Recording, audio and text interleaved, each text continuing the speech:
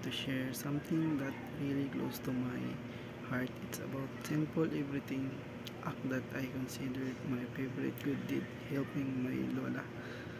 My lola is a fishmonger or a tendera sa palengke in the public market. Every morning we go straight to her supplier to get the fresh fish she needs to sell at the market. For many, waking up before dawn might seem like a chore, but for me, it's a chance to practice this good deed. It's my way giving back the woman who raised me. It, I get to help her carry the heavy bucket, set up set up her stuff, and even practices my mathematics skill when counting and change for customer.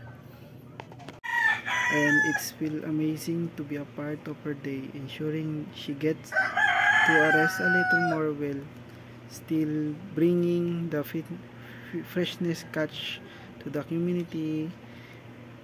And this is my simple everyday reminder that the best good deeds are often done for the people we love the most. And that's all. Thank you for watching. And it's about honoring her hard work, making her day a little easier, and spending quality time with her before the market gets too busy. It can be small, quiet, and considered like making sure my lola has a glass of water or making a customer smile with a thank you.